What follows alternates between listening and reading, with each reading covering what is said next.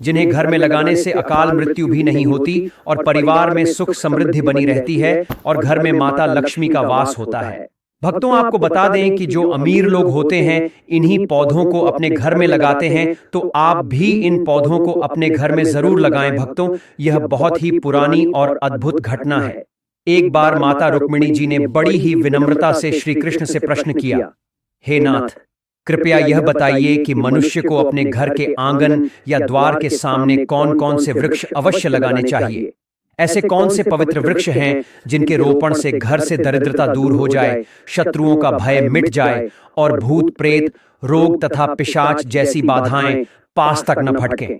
भगवान श्री कृष्ण मंद मुस्कान के साथ माता रुक्मिणी को देखते हुए बोले, हे देवी, आज तुमने मानव जाति के कल्याण के लिए बड़ा ही महत्वपूर्ण प्रश्न किया है। वृक्ष तो स्वयं में देवता के समान पूजनीय हैं। उनका जीवन में योगदान कितना अद्भुत है, यह शब्दों में कहना कठिन है। देखो, वृक्ष केवल छाया ही नहीं देते, वे वातावरण को भी शुद्ध करते हैं। उनके होने से घर में सकारात्मक ऊर्जा का संचार होता है, मनुष्य का मन प्रसन्न रहता है और घर आंगन में सुख समृद्धि का वास होता है। सच तो यह है कि जब किसी भवन के पास उचित वृक्ष लगे हों तो वह स्थान देवताओं के निवास के समान पवित्र हो जाता है। भगवान आगे कहने लगे, हे रुक्मिणी, घर के सामने सही वृक्ष लगाने से न केवल घर की शोभा बढ़ती है, बल्कि वह स्थान वास्तु दोषों से भी मुक्त हो जाता है। ऐसे वृक्ष घर की रक्षा देवताओं की तरह करते हैं और नकारात्मक शक्तियों को दूर भगा देते हैं। लेकिन यदि अज्ञानवश कोई मनुष्य ऐसे पौधे घर के समीप लगा दे जो अशुभ माने जाते हैं, तो वे घर में क्लेश, रोग और दरिद्रता तक ला सकते हैं। इसलिए यह जानना बहुत आवश्यक है कि कौन से वृक्ष शुभ हैं और कौन से नहीं। इतना कहकर भगवान श्री कृष्ण ने माता रुक्मिणी को एक प्राचीन कथा सुनाने का संकल्प किया और बोले, हे देवी, तुम ध्यान से सुनो। यह कथा केवल वृक्षों के महत्व को ही नहीं बताती, बल्कि यह भी सिखाती है कि कौन से पौधे मनुष्य के जीवन में सुख समृद्धि लाते हैं और कौन से उसके दुर्भाग्य का कारण बनते हैं। जो भी मनुष्य इस कथा को श्रवण या स्मरण करता है, उसके जीवन के सैकड़ों पाप तुरंत नष्ट हो जाते हैं और उसे परम शांति की प्राप्ति होती है। भक्तों, इस प्रकार भगवान श्री कृष्ण स्वयं वृक्षों की महिमा का गान करते हैं और मनुष्य को यह बताते हैं कि प्रकृति केवल हरी भरी छाया ही नहीं देती, बल्कि वह हमारे भाग्य, हमारे सुख और हमारे जीवन की रक्षा भी करती है। भक्तों, आगे बढ़ने से पहले अगर आप भी चाहते हैं कि माता लक्ष्मी का आशीर्वाद आपके ऊपर सदैव बना रहे, तो इस वीडियो को एक लाइक करके आपके अपने चैनल को सब्सक्राइब कर लें और कमेंट बॉक्स में जय लक्ष्मी माता लिखकर अपनी हाजिरी अवश्य से लगाए। तब देवी रुक्मिणी कहती हैं, हे प्रभु, मैं इस कथा को अवश्य ध्यान से पूरा सुनूंगी, कृपया मुझे आप कथा सुनाएं। तब भगवान श्री कृष्ण कहते हैं, हे देवी, पूर्व काल की बात है। मध्य देश में एक अत्यंत शोभायमान नगरी थी। उस नगरी में गोपाल नाम का वैश्य अपनी पत्नी सुमित्रा के साथ निवास करता था। गोपाल भगवान विष्णु का भक्त था और वह नित्य भगवान विष्णु की पूजा करता था। गोपाल की पत्नी सुमित्रा भी गृह कार्य में दक्ष थी। घर में धन धान्य की कोई कमी नहीं थी। भगवान की कृपा से उसके पास सब कुछ था। इस प्रकार से अनेक दिन बीतने के पश्चात गोपाल की जो पत्नी थी, जिसका नाम सुमित्रा था, उसने अपने आंगन में कुछ वृक्षों का रोपण किया और नित्य उन वृक्षों को जल चढ़ाकर उनकी सेवा करने लगी। सुमित्रा को वृक्षारोपण का ज्ञान नहीं था। उसे जो वृक्ष प्रिय लगे उन्हीं वृक्षों का रोपण उसने किया। जो वृक्ष अशुभ होते हैं उन्हीं वृक्षों का रोपण उसने अपने घर के आंगन में कर दिया, जिस कारण से उस वैश्य गोपाल को व्यापार में काफी सारा घाटा होने लगा। उसके घर में रोज कलह होने लगा। पति पत्नी में बार बार वाद विवाद होने लगे। उन दोनों के जीवन में अनेक कठिनाइयां आने लगीं और धीरे धीरे गोपाल का सारा व्यापार डूब गया और उसका सारा धन भी नष्ट हो गया। अब गोपाल के पास अनाज भी खरीदने के लिए पैसे नहीं थे।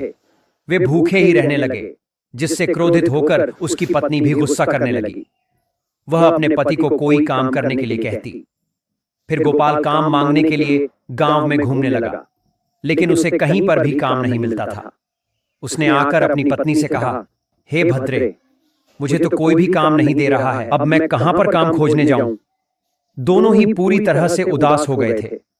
दोनों के पास कोई उद्योग करने के लिए कुछ नहीं था। गोपाल ने अपनी पत्नी के सारे गहने भी बेच डाले और जो कुछ भी धन मिला उसी से पेट भर लिया। इस प्रकार अशुभ वृक्ष लगाने के कारण दोनों के ही जीवन में घोर दरिद्रता और संकट आने लगे। किंतु वे दोनों ही बात को नहीं जानते थे। भगवान विष्णु और देवी लक्ष्मी बैकुंठ लोक से अपने भक्तों की इस दुर्दशा को देख रहे थे। तब देवी लक्ष्मी ने भगवान विष्णु से कहा, हे प्रभु, क्या आप अपने भक्तों की सहायता नहीं करेंगे?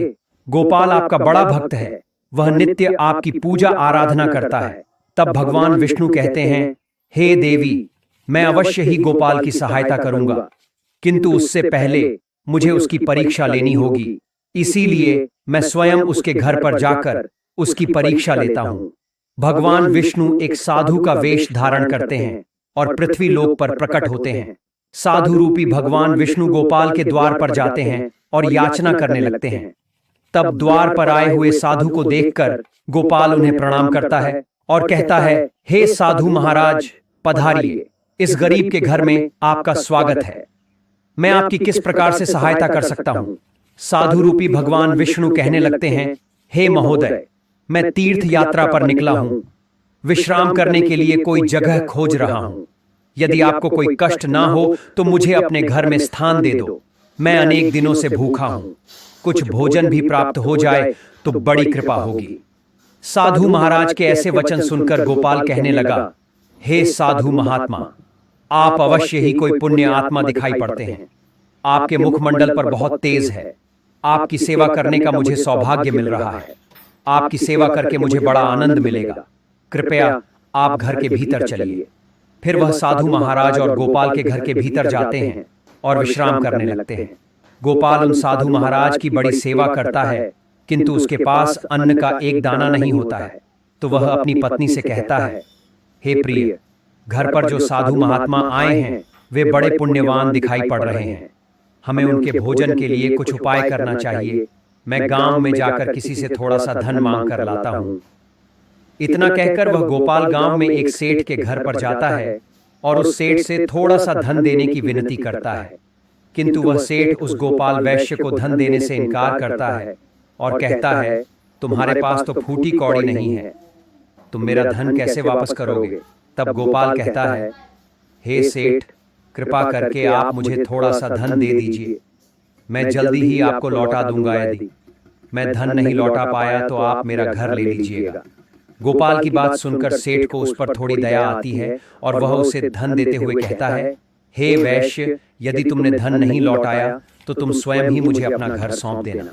तब वह वैश्य गोपाल कहता है, हे सेठ, मैं वचन देता हूं कि यदि मैंने धन नहीं लौटाया तो मैं आपको मेरा घर सौंप दूंगा। गोपाल उस सेठ से धन लेकर बाजार से दूध, चावल, सब्जी, आटा, शक्कर आदि खरीद लेता है और लौटकर अपने घर आ जाता है। फिर वह अपनी पत्नी से कहता है, हे प्रिय, तुम उन साधु महात्मा के लिए भोजन बनाओ। फिर गोपाल की पत्नी सुमित्रा भोजन बनाती है और उन साधु महात्मा को भोजन परोस देती है। इस प्रकार गोपाल की भक्ति और निष्ठा को देखकर वे साधु महाराज बहुत प्रसन्न हो जाते हैं। भोजन हो जाने के पश्चात वे जाते जाते गोपाल से कहते हैं, हे वैश्य, मैं तुम्हारी भक्ति और आदर सम्मान से अत्यंत प्रसन्न हूं। तुम्हारी जो भी कामना है मुझे बताओ, मैं अवश्य पूरी करूंगा। तब गोपाल कहता है, हे महात्मा, आपका आशीर्वाद ही हमारे लिए सब कुछ है, किंतु मैं आपसे यह जानना चाहता हूं कि किस पाप के कारण मुझे दरिद्रता का दुख भोगना पड़ रहा है। हमने तो भगवान विष्णु की भक्ति की है, फिर हमारे जीवन में दरिद्रता क्यों आई है? इसका क्या कारण है और इस दरिद्रता को दूर करने के लिए मुझे क्या क्या उपाय करना चाहिए? तब वह साधु महात्मा कहते हैं, हे वैश्य, मैं जब तुम्हारे द्वार पर आ गया था तभी मुझे यह तय हो गया था कि तुम्हारे जीवन में घोर दरिद्रता और संकट आए हुए हैं, क्योंकि तुम्हारे भवन के सामने जो वृक्ष है वही तुम्हारी दरिद्रता का कारण है। इसीलिए तुम इन वृक्षों को हटाकर उनके स्थान पर शुभ पौधों का रोपण करो। तुम्हारी पत्नी ने तुम्हारे भवन के सामने जिन वृक्षों का रोपण किया है वे अशुभ वृक्ष हैं, उन्हीं के कारण तुम्हारी ऐसी दुर्दशा हुई है। तब गोपाल कहता है, हे महात्मा, कृपा करके मुझे बताइए कि घर के सामने कौन से वृक्ष लगाने चाहिए जिससे घर में सुख समृद्धि हो और कौन से वृक्ष नहीं लगाने चाहिए। कृपा करके आप मुझे विस्तार से समझाइए, मैं आपका बड़ा आभारी रहूंगा। फिर वह साधु महात्मा कहते हैं, हे वैश्य, ठीक है, अब मैं तुम्हें उन शुभ वृक्षों के विषय में बताता हूं जिन्हें घर के पास लगाने से शुभ फलों की प्राप्ति होती है। इसीलिए तुम ध्यानपूर्वक सुनो। हे वैश्य गोपाल, किसी जलाशय के समीप पीपल का वृक्ष लगाओ। पीपल का वृक्ष लगाने से जो फल मिलता है वह सैकड़ों यज्ञ के समान होता है। जब पीपल के पत्ते उस जलाशय में गिरते हैं तो वे पिंड के समान होकर पितरों को तृप्त करते हैं। इससे सभी प्रकार के पितृदोष समाप्त हो जाते हैं। जो मनुष्य नित्य स्नान करके पीपल को स्पर्श करता है वह सभी पापों से मुक्त होता है और कभी पराजित नहीं होता है। पीपल को स्पर्श करने से लक्ष्मी की प्राप्ति होती है और उसकी प्रदक्षिणा करने से आयु में वृद्धि होती है। पीपल की जड़ में श्री विष्णु, तने में शिव जी और अग्रभाग में ब्रह्मा जी स्थित रहते हैं। अमावस्या के दिन पीपल को प्रणाम करने से जो फल मिलता है वह 1000 गाय के दान के बराबर होता है। इस संसार में पीपल के समान कोई वृक्ष नहीं है। साक्षात श्री हरि इस वृक्ष के रूप में पृथ्वी पर विराजमान है। पीपल के वृक्ष को चोट पहुंचाना अथवा उसकी टहनी तोड़ना महापाप माना गया है। ऐसा मनुष्य नरक में रहता है और जो पीपल को जड़ से काटता है उसका कभी नरक से उद्धार नहीं होता है। हे वैश्य, अब मैं तुम्हें दूसरे वृक्ष के बारे में बताता हूं। आंवले का फल समस्त लोकों में प्रसिद्ध और परम पवित्र है। आंवले को लगाने से स्त्री और पुरुष जन्म मृत्यु के बंधन से मुक्त हो जाते हैं। यह पवित्र फल भगवान विष्णु को अत्यंत प्रसन्न करने वाला एवं शुभ माना गया है। इसको खाने से सभी पापों से मुक्ति मिलती है। आंवला खाने से आयु बढ़ती है। उसका जल पीने से रोगों का नाश होता है और आंवले को जल में मिलाकर स्नान करने से दरिद्रता दूर हो जाती है तथा सभी प्रकार के ऐश्वर्य प्राप्त होते हैं। जिस घर में आंवला सदा मौजूद रहता है उस घर में कभी भूत प्रेत और राक्षस नहीं आते हैं। एकादशी के दिन आंवले की पूजा करने से संसार के सभी तीर्थों से बढ़कर फल प्राप्त होता है। जिस व्यक्ति के घर के सामने आंवले का वृक्ष होता है वहां साक्षात लक्ष्मी नारायण निवास करते हैं। तीसरा है अशोक का वृक्ष। अशोक के वृक्ष में अप्सराओं का निवास होता है। यह वृक्ष शोक का नाश करने वाला तथा निराशा को समाप्त करने वाला होता है। इस वृक्ष को घर के पास लगाने से घर में सुख शांति बनी रहती है। अशोक का वृक्ष शीतलता और यवन प्रदान करने वाला होता है। देवी लक्ष्मी ने जब सीता के रूप में अवतार लिया था तब रावण द्वारा अपहरण के बाद उनका वास अशोक वाटिका में था। अशोक के वृक्ष ने मां सीता की बहुत सेवा की थी। इसलिए मां सीता ने अशोक वृक्ष को यह वरदान दिया था कि जिस भी स्थान पर यह वृक्ष होगा वहां उनका सदैव ही निवास होगा। चौथा है पाकड़ का वृक्ष। प्रत्येक मनुष्य को पाकड़ का वृक्ष अवश्य लगाना चाहिए। यह वृक्ष लगाने से जो फल मिलता है वह महायज्ञ के समान होता है। कलयुग में मनुष्य यज्ञ नहीं कर पाएंगे, इसीलिए उन्हें एक पाकड़ का वृक्ष अवश्य लगाना चाहिए। पांचवा है नियम का वृक्ष। नियम का वृक्ष लगाने से सूर्य देव प्रसन्न होते हैं। नियम का वृक्ष आयु प्रदान करने वाला माना गया है। इसे घर के पास लगाने से नाना प्रकार के रोगों से छुटकारा मिलता है और मां लक्ष्मी को नियम के पत्ते अति प्रिय होते हैं। इसीलिए वे नियम के वृक्ष के पास निवास करती हैं। घर के सामने नियम के वृक्ष का रोपण करने से धन संपत्ति की प्राप्ति होती है। छठा है जामुन का वृक्ष। यदि कोई मनुष्य कन्या प्राप्ति की कामना करता है तो उसे जामुन का वृक्ष अवश्य लगाना चाहिए। जिस मनुष्य के घर के सामने जामुन का वृक्ष होता है उसके घर में कन्या का जन्म होता है जो कुल का गौरव बढ़ाती है। सातवां है बेल का वृक्ष। बेल के वृक्ष में भगवान शिव और गुलाब में देवी पार्वती का निवास है। इसीलिए अगर बेल के वृक्ष के पास गुलाब का पौधा लगाया जाए तो शिव पार्वती का आशीर्वाद प्राप्त होता है। उस घर में कभी दुख और दरिद्रता नहीं आती है। उस घर में कभी अकाल मृत्यु नहीं होती है और कोई स्त्री विधवा नहीं बनती है। आठवां है नारियल का पेड़।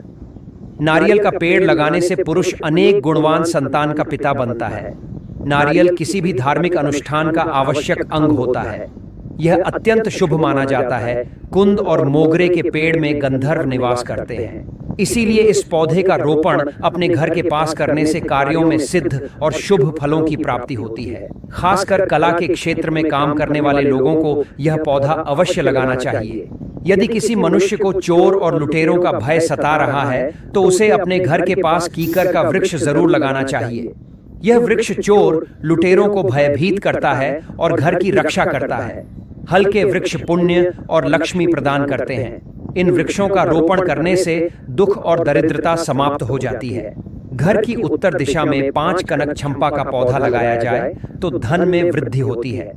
केले का पेड़ भी बहुत शुभ होता है और यह घर में सुख, समृद्धि और खुशहाली लाता है। केले के पेड़ में भगवान विष्णु का वास होता है, इसीलिए घर में केले का पेड़ होने से घर में धन की कमी नहीं होती है।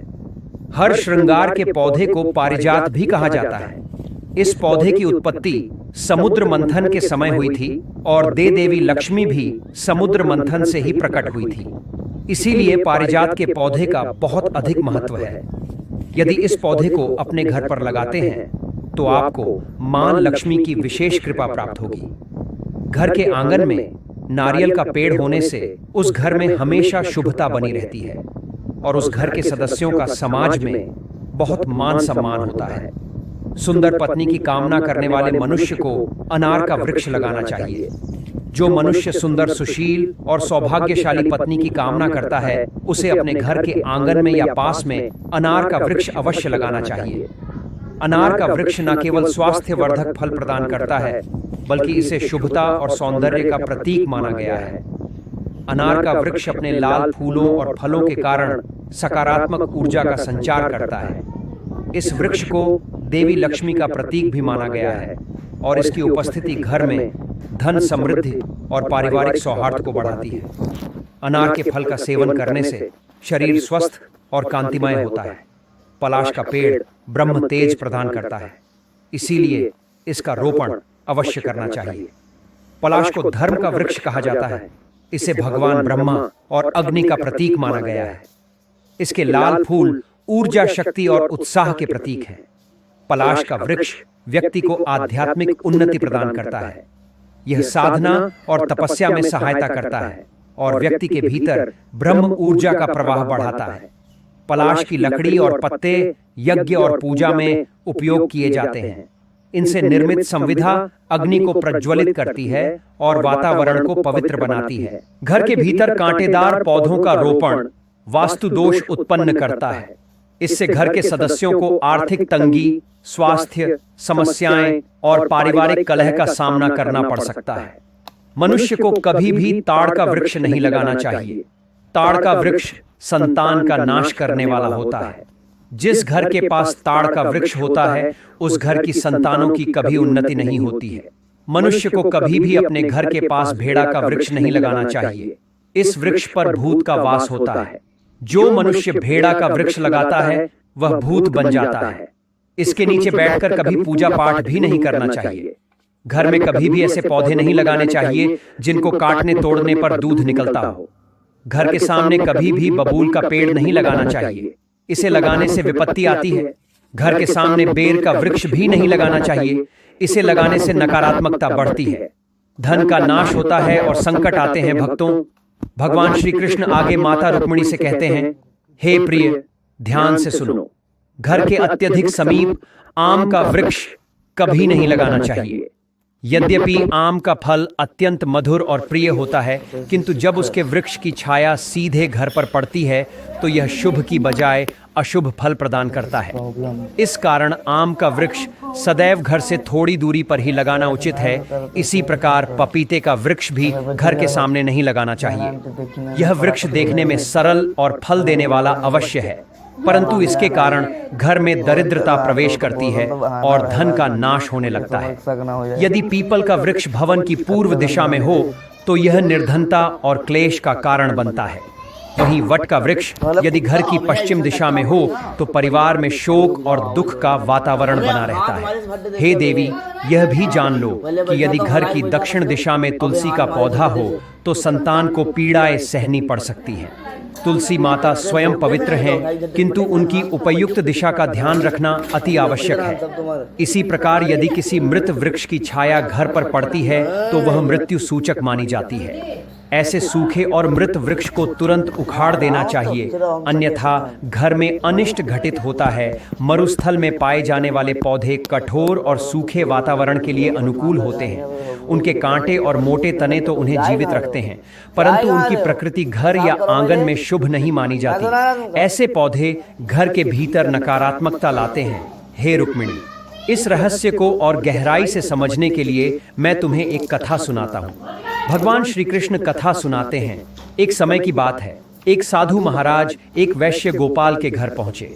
साधु ने गोपाल से कहा, हे वैश्य, आज मैं तुम्हें शुभ और अशुभ वृक्षों का रहस्य बताने आया हूँ। यदि तुम इन नियमों के अनुसार वृक्षों का रोपण करोगे तो तुम्हारे जीवन में समृद्धि का वास होगा और दरिद्रता का अंत हो जाएगा। साधु महाराज ने उसे विस्तार से समझाया कि कौन से वृक्ष घर के पास लगाने चाहिए और किन से दूरी बनाकर रखनी चाहिए।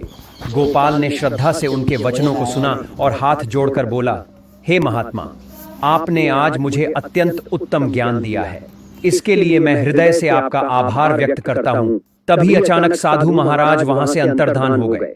गोपाल और उसकी पत्नी आश्चर्यचकित रह गए। उन्हें तुरंत ही समझ में आ गया कि साधु रूप में स्वयं भगवान विष्णु ही उनके घर पधारे थे। वे दोनों भाव विभोर होकर भगवान के चरणों में कृतज्ञता प्रकट करने लगे। इसके बाद गोपाल ने साधु महात्मा के बताए अनुसार अपने घर के सामने शुभ वृक्षों का रोपण किया। कुछ ही समय में उसके घर में धन संपत्ति का अपार आगमन हुआ, दरिद्रता मिट गई और जीवन सुख समृद्धि से भर उठा। गोपाल और उसकी पत्नी हर दिन भगवान विष्णु का स्मरण करने लगे और उनकी कृपा से उनका जीवन मंगलमय हो गया। भगवान श्री कृष्ण ने कथा समाप्त करते हुए माता रुक्मिणी से कहा, हे प्रिय, इस प्रकार शुभ और अशुभ वृक्षों के भेद को जानकर मनुष्य यदि अपने घर के समीप सही वृक्षों का रोपण करे तो उसके जीवन में समृद्धि, शांति और सुख स्थायी रूप से निवास करते हैं। अब तुम भी अपने भवन के पास इन नियमों का पालन करना और अन्य लोगों को भी यह ज्ञान देना ताकि सभी का जीवन मंगलमय हो सके। भक्तों, यह तमाम जानकारी जन रुचि को ध्यान में रखकर दी जा रही है। वास्तुशास्त्र के उपाय को अपनी आस्था और विश्वास पर आजमाएं। हमारा चैनल इस वीडियो के द्वारा किसी भी प्रकार का कोई दावा नहीं करता है। आज की यह जानकारी अगर आपको पसंद आई हो तो इस वीडियो को एक लाइक करके आपके अपने चैनल को सब्सक्राइब कर लें और बेल नोटिफिकेशन को ऑल पर सेट जरूर करें। जय श्री राम।